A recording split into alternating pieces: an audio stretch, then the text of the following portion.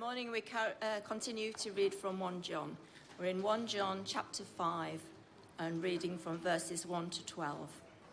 That's 1 John chapter 5 verses 1 to 12. Everyone who believes that Jesus is the Christ is born of God, and everyone who loves the Father loves his child as well. This is how we know that we love the children of God, by loving God and carrying out his commands. In fact, this is love for God, to keep his commands. And his commands are not burdensome, for everyone born of God overcomes the world. This is the victory that has overcome the world, even our faith. Who is it that overcomes the world? Only the one who believes that Jesus is the Son of God. This is the one who came by water and blood, Jesus Christ. He did not come by water only, but by water and blood. And it is the Spirit who testifies, because the Spirit is the truth. For there are three that testify, the Spirit, the water, and the blood, and the three are in agreement. We accept human testimony, but God's testimony is greater, because it is the testimony of God which he has given about his Son. Whoever believes in the Son of God accepts this testimony. Whoever does not believe God has made him out to be a liar, because they have not believed the testimony God has given about his Son. And this is the testimony. God has given us eternal life, and this life is in his Son. Whoever has the Son has life. Whoever does not have the Son of God does not have life. This is the word of the Lord. Thanks be to God. Let's pray together. Lord, we thank you for calling us together this morning. We praise you for calling us to be your own, to be your children. For that is how we gather as children and be loved of you. And we pray now that we'll hear your voice, that you'll speak to us, that you'll correct us, rebuke us, encourage us, train us in righteousness through your most holy word. That our minds will be renewed and our hearts changed, Lord.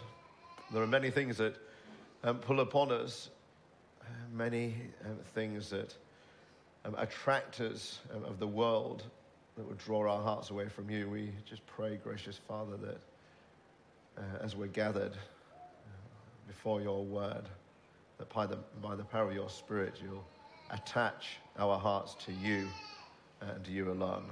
Amen. Please do be seated. Alex, why don't you stay up here for a minute? Just come back up here. Sit on the bench. That's how you're supposed to do it. Yeah. Let me take your blood pressure. See, so you're doing. Oh yeah. Try and get calm. I keep this in my room, my study at the centre. I take it after I meet with every member of staff to see. That's wrong. It's that way. You didn't tell me, did you? That was. Yeah. Okay. Are you ready? No. Okay. Look away. Calm yourself down.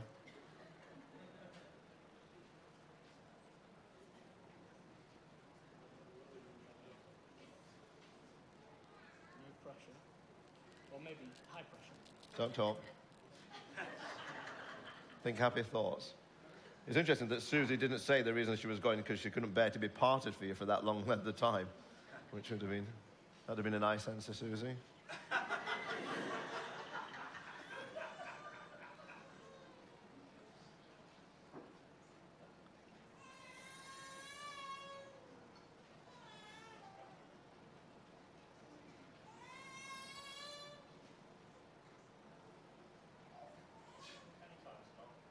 Yeah, it's going. Oh, wonderful. Yeah, it's all right. It's passed. Personally, you don't need to sit next to Adam Wong. You can just have a seat anywhere. Yeah. Perfect. Well done. Now, one of our senior members, I won't say who it is, but he said to me a few weeks ago, he says, do you know, he says, I think some of my senior friends only come to church to get an appointment with a doctor. Now, it's no secret, is it, that we've had our fair shares of scares recently. In fact, if we keep using them, the doctors in the congregation, I think we're going to have to we're going to have to salary them as a church. We're using them a lot recently. But one thing that I understand, that whenever they go into a situation like that, the first thing they do is they look for the vital signs. Yeah, they check the vital signs. Why? Because knowing a person's vital signs are a way of giving indication of what action may need to be taken. So what are vital signs? Well, vital signs are the evidence of the current physical functioning of the body. They provide critical information that's vital for life. So those signs are, Alex? Blood pressure, heart rate, temperature, respiratory rate. Yeah, so what I read, it said 3 really, but then they do blood pressure. But you've got heart rate, so they'll take someone's pulse, respiration, so they're breathing, and then their temperature. Do they have a fever? Are they suffering from hypothermia? Now, if there's no pulse, if their breathing has stopped and they're stone cold, then it's a cause for great alarm, yeah? Now, John, like a good spiritual doctor, he has been monitoring the vital signs of life in the people that he's been writing to. And through the letter, he's been monitoring our vital signs of Christian life. You see, if a person truly is born of God, has the life of God in them, then they will have the signs of life. And if those signs are missing, then it's a cause for great alarm and action needs to be taken. So what are the vital signs that John, the Apostle John, has spoken of as we've worked through 1 John? Well, firstly, those born of God breathe the truth of Jesus Christ. Their breath is belief in Jesus as the Son of God and as the only Savior. Their heart beats in love for God and love for one another. And their temperature, if you take their temperature, they don't blow hot and cold on obedience, do they? No, their core temperature is one as they want to live to please God, to bring honor and glory to God. These are the vital signs John has been telling us, and now that he comes to again in chapter 5, these are the vital signs of the Christian life of someone who has been born of God. So let's start there. Let's first establish that new birth is the basis of the Christian life, verses 1 and 4. John mentions born of God twice, doesn't he? Verse 1 and verse 4. The new birth is absolutely essential to any relationship with God, our Creator. Now, you don't look for vital signs in a stone, do you? Here's a stone. Karen brought it back from Cornwall because she knows my wife loves Cornwall. Also, we're trying to basically stone by stone freely, without cost, to pebble our front garden. So if you're all going away, you want to bring a stone. But you don't, if I was to say I'm going to check for the vital signs of life of this stone, you would think that I was completely nutty and that I'd lost the plot. But there are certain people, certain individuals that we think about checking for their vital signs. Those out in the world are unbelievers. And it's pointless because they have not born of God. They have hearts of stone.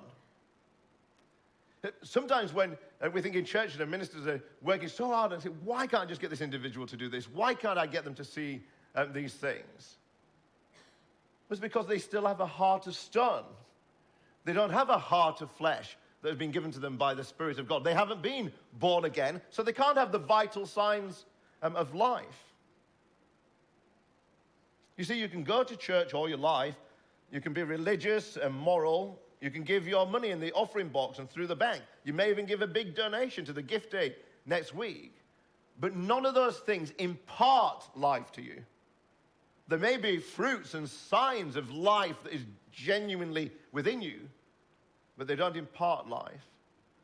In John's gospel, he was speaking in John chapter 3, to Nicodemus. Nicodemus was a very religious, moral, upright man. And Jesus said these words in verse 3, "Truly, truly, I say to you, unless one is born again, he cannot see the kingdom of God." There's no point looking for vital signs in those who have hearts of stone. You won't get a reading. You won't get any measurements. They must be born again, born of God.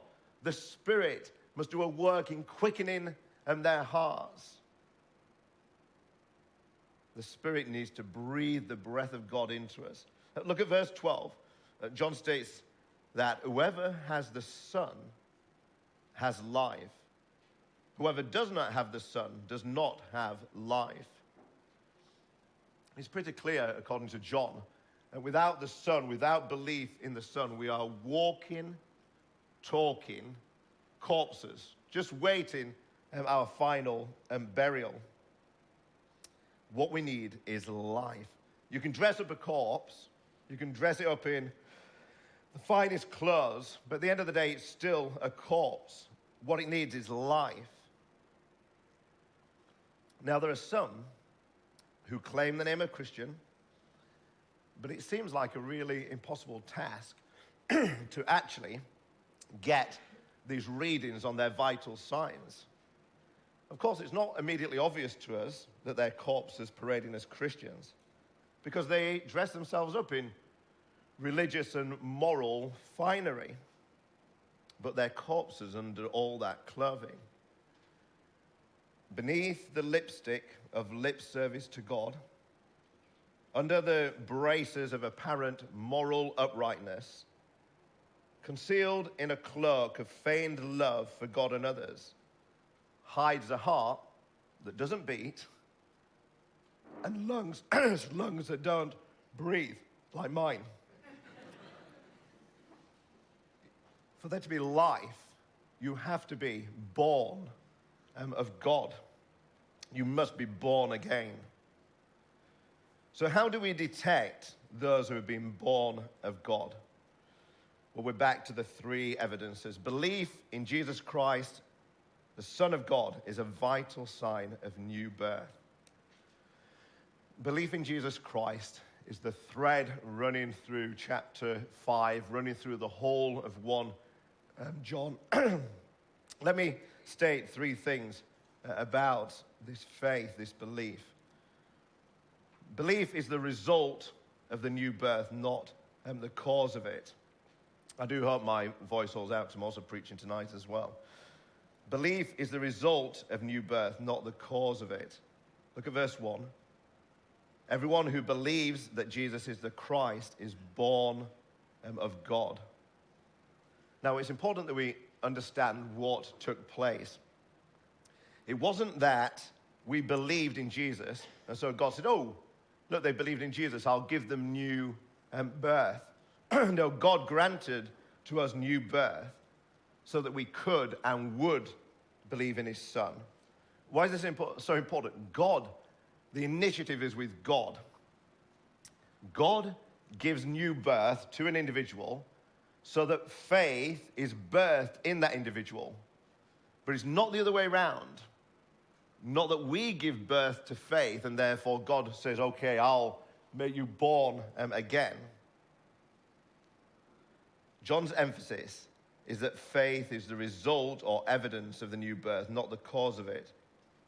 So a person who has been born of God in the past will be characterized of ongoing faith in Jesus Christ.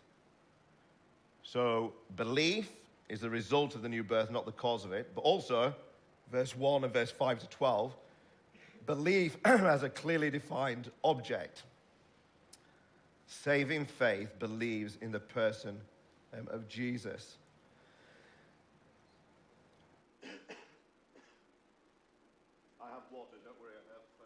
Thank you.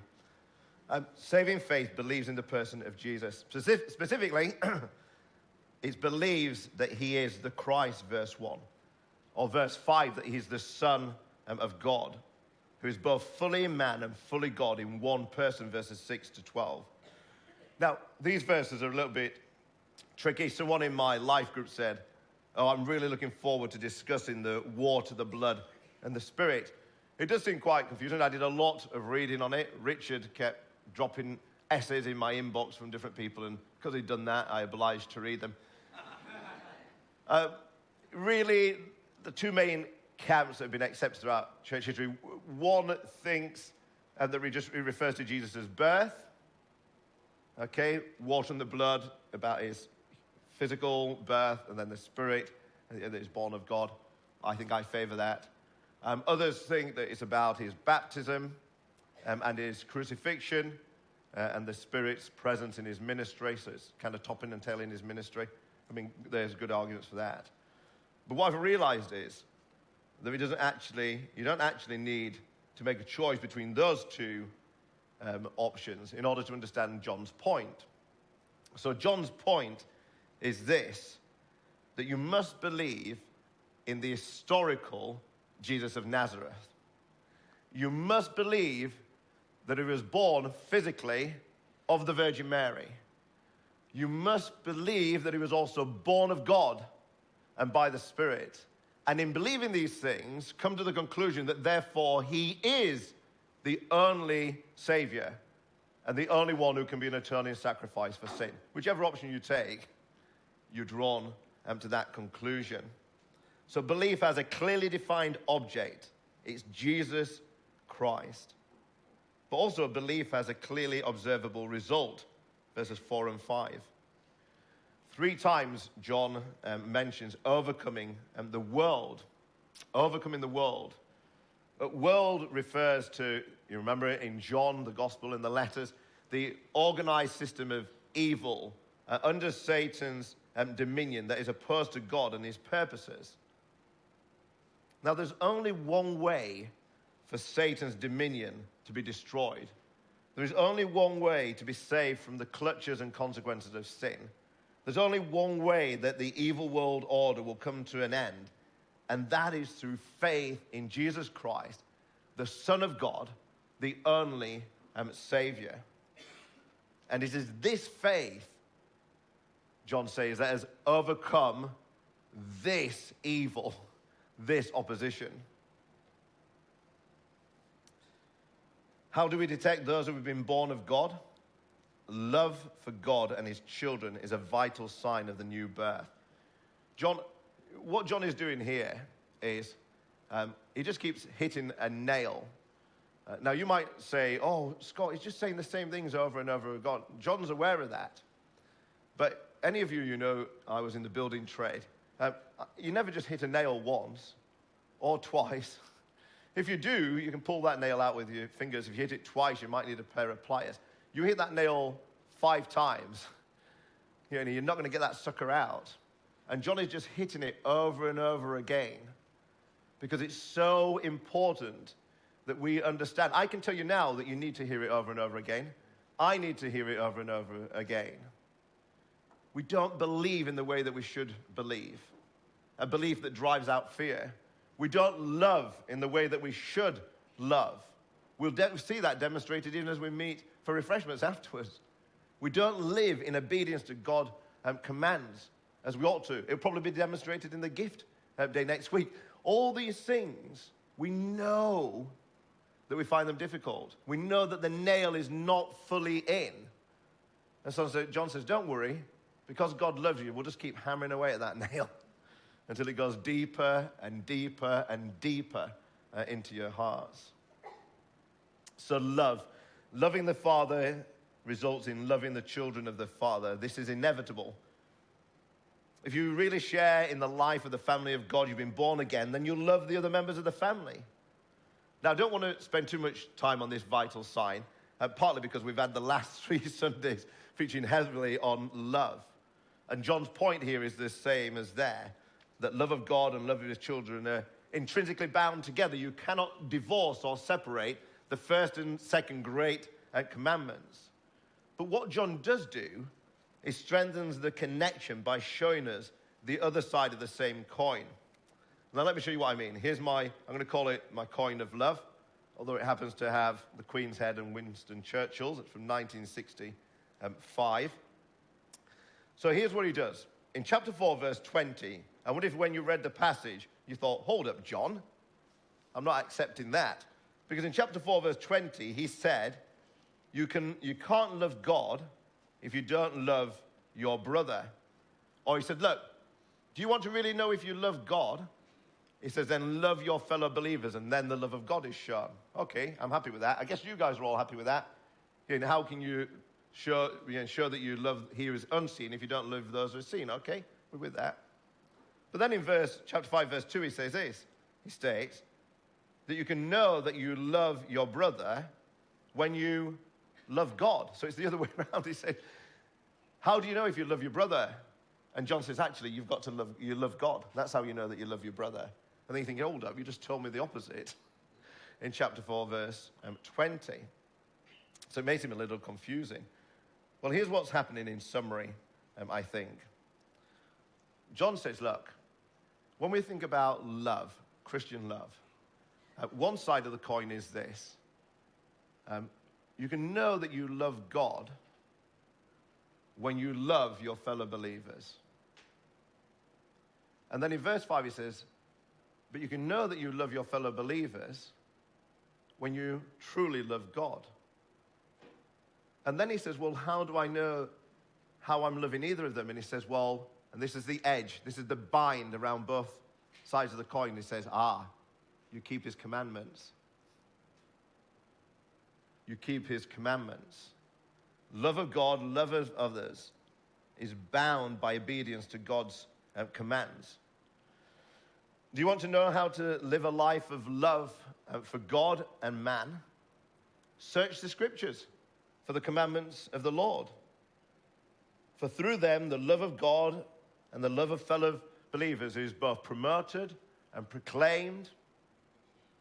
If we're not in the scriptures, if we're not searching the scriptures, if we're not poring over the commands of God, how will we know what it is to love God and to love one another? Because in the scriptures there, we'll discover in the 8th commandment that I'm going to love my fellow believer, my neighbor, by not taking what belongs to them, because the Lord said, thou shalt not steal. And then I'm going to read in the laws in Leviticus, when we're told not to harvest the field right to the edges and not to go over it twice, so that I can leave something that belongs to me for someone else to take, that I'll see what it means to love my neighbor. Or Jesus' command to practice personal devotion rather than outward ritual will keep our hearts open in love of God. Or Paul's command not to let the sun go down in your anger will keep our hearts open in love to our fellow believers. It's the circle of love, and it moves us all. Well, it moves all those who are born of God.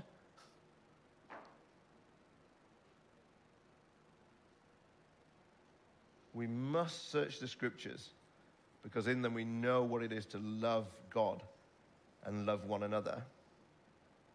So the vital signs of Christian life: faith, belief in Jesus Christ, love for others.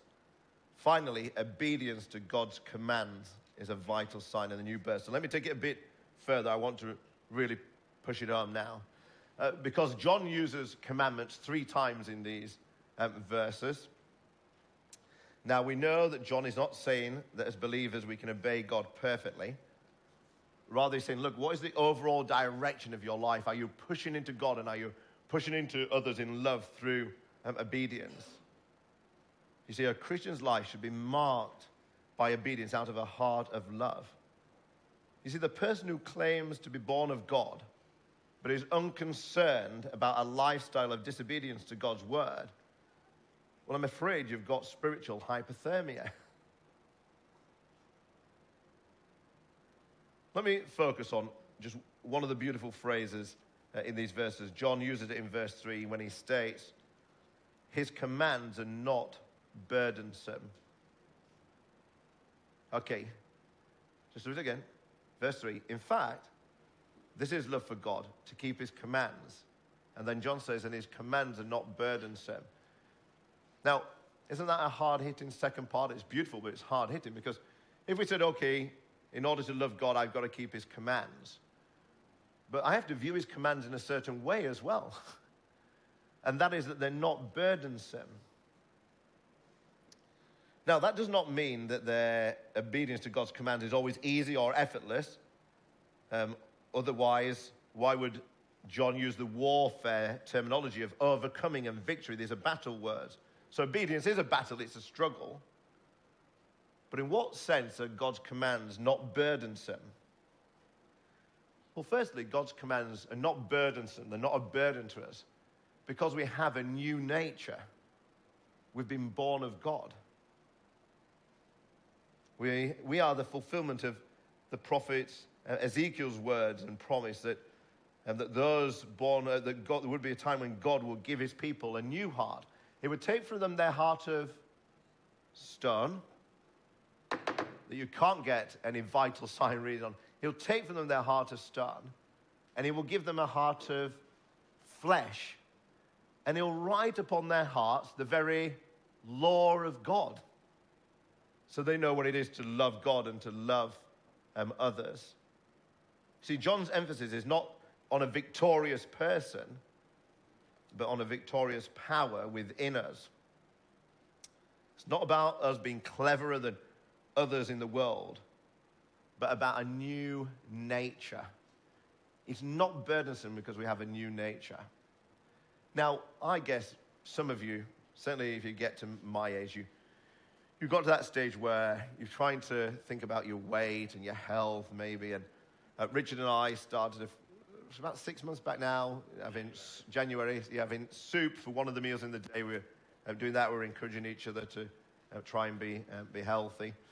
But I wonder if you've ever seen one of those stories or watched one of those YouTube clips I did to try and inspire me. But generally you come across these teenage lads. They're obese.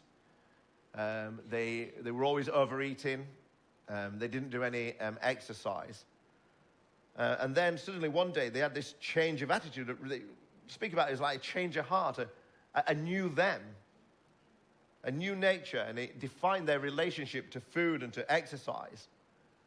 They didn't want to be stuffing their faces. They wanted to be at the gym.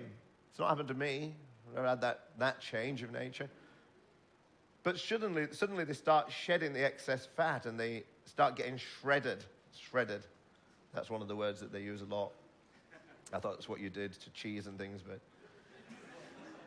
You see, he no longer thinks about food and exercise the way that they did.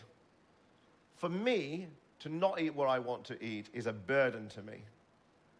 And to be forced to do some exercise is a burden too, because of my attitude and my nature towards those things. But then you see one of these guys and they really have had a change in attitude, a change in nature. It's not a burden to them to not eat that and to exercise. And John says, look, those who have been born of God have a new nature, and the commands of God no longer be burdensome to them. Because their heart has changed in how they view the law of God. They've been radically altered. The second reason God's commands are not burdensome is because they are God's commands and not man's. The commands of God flow out of God's nature, who is good, kind, perfect, holy. The commandments of men are burdensome because they flow out of man's nature, which is to want to control or to gain standing, to improve reputation before God or men through a system of human works. Do you remember what Jesus said of the Pharisees? You know, the Pharisees, they piled law upon law upon law, human laws, man's laws, according to the traditions of the elders. And what did Jesus say in Matthew's gospel? Speaking of the Pharisees, he said, they tie up heavy, burdensome loads, and they put them on the people's shoulders. But they themselves are not willing to lift a finger to move them.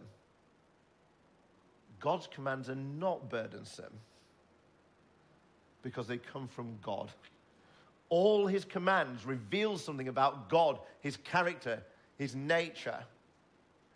When God says to the Israelites, don't mow and harvest to the edges of your field and don't go over it twice. Okay, it's something that they have to do, and it provides for the poor in the land. But not only does it provide for the poor in the land, it reveals something about God's heart, doesn't it? That he loves the poor. He cares for the destitute. He wants to make provision for them. God's law reveals something about God's heart, and it's not burdensome to those who have been born again, because we want to strive after God's own heart in fulfillment of those commands. But third, God's commandments are not burdensome because they are given and received in the context of love. A loving father doesn't tell his child to stay away from a busy street because he wants to take their fun away, but because he loves them. He wants to protect them from injury and death. Now, there are times, aren't there, as children, where we hear our parents' commands. One of my children, doesn't matter which one it is, does it really? But could be all three of them. But when you say, no, you're only having 1 hour of the Xbox. Now, what the child, I think what they've heard is, I'm cutting off your oxygen supply, you're going to die. Because of the way that they respond to it. It's because they're immature. They think, why would they do that? Is it just because dad wants to get on the TV? No. I haven't seen that TV for years. Well, when they went on holiday and I stayed, got it back. But no, you're thinking, look, it's not a good life for you to be sitting for hours and hours and hours in front of the TV. The sun's shining. We could go out in the garden and kick some football about. What you're doing is quite a solitary activity, just you and the screen. And you could do something with me, and you could do something with your siblings, and that would be a better life. But if you're immature, you think that the Father's commands are burdensome. But when you start to understand something about love, and that these are given in the context of love, then you think those commands are not burdensome. There was a place in America, I don't know if it was an orphanage, or is it just where children went for the day? I think it was an orphanage. You can look it up because it's a song is based on it. You'll understand the song at the end. And this priest who recently joined the community, he noticed each day that as the children came out to play or whenever they were going on a school trip, there was one lad who wasn't much bigger than the other lad, but the other lad was always on his, he was giving him a piggyback, and he was always carrying him because the other lad had braces on both legs. And after watching it for a week, the priest went up to the lad who has been carrying the other lad, and he said, that must be quite a heavy burden for you carrying him like that each day. And he says, no, he's not a burden. He's my brother. He's no burden. He's my brother. He couldn't contemplate that his brother would ever be a burden because what he was doing was done in the context of love. And when a child of God picks up the commands of God, he's able to say, no, they're no burden. I'm just walking in the way of my brother, the Lord Jesus Christ, who fulfilled the commands of God, every dot, every tittle. No, children of God delight to carry the family luggage. So John has given us a spiritual checkup.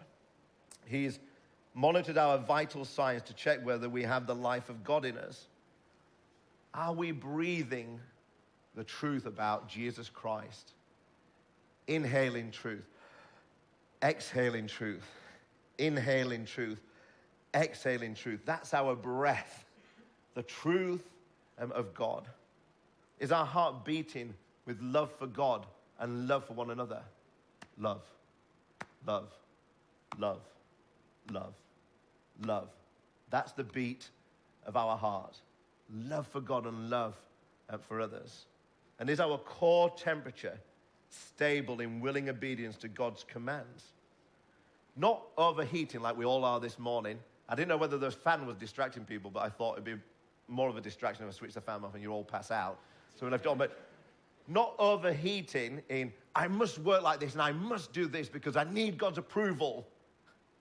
That is how I get saved. That is how I get God's blessing. But also not shivering in the cold, distant disobedience where God's commands mean nothing to you and you can hold them off at arm's length. But having a core temperature of joyful, submissive, humble obedience to the commands of God. So my dear brothers and sisters, those who are born of God have these three vital signs. The signs of life, the signs of those who are born of the Spirit. Let's pray.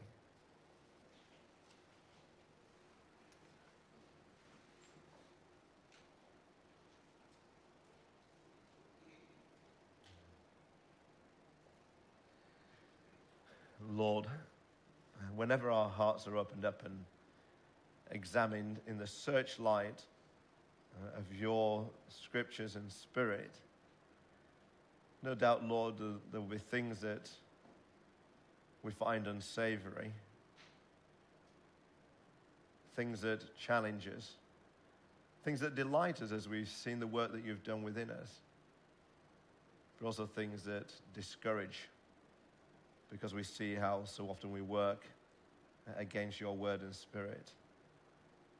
But we recognize, Lord, that those who are born of you want to change. And it's not about if we're failing, for we all do.